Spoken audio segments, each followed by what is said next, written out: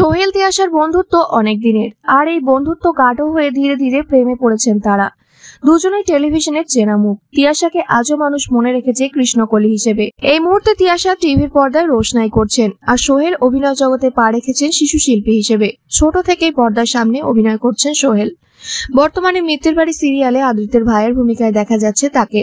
2023-এ সোহেলের সাথে প্রেমের খবর স্বীকার করেন তিয়াশা, কিন্তু মাস কয়েক বাদেই তাদের সম্পর্কে সমস্যা দেখা দেয়। তারপর ফের এবছর সোহেলের জন্মদিনে এখন তারা। তিয়াশা বলেছেন, প্রেম ছিল, তবে মাঝে মনোমালিন্য হওয়ায় আলাদা হয়ে গিয়েছিলাম, কিন্তু আলাদা হয়ে যখন একা থাকতে হয় তখন সোহেলের অভাবটা অনুভব করতে পারলাম, কারণ ওর মতো আমার খেয়াল আর কেউ রাখতে পারে না। অন্যদিকে সোহেলও বুঝতে পেরেছে আমরা একে অন্যকে ছেড়ে থাকতে পারবো না।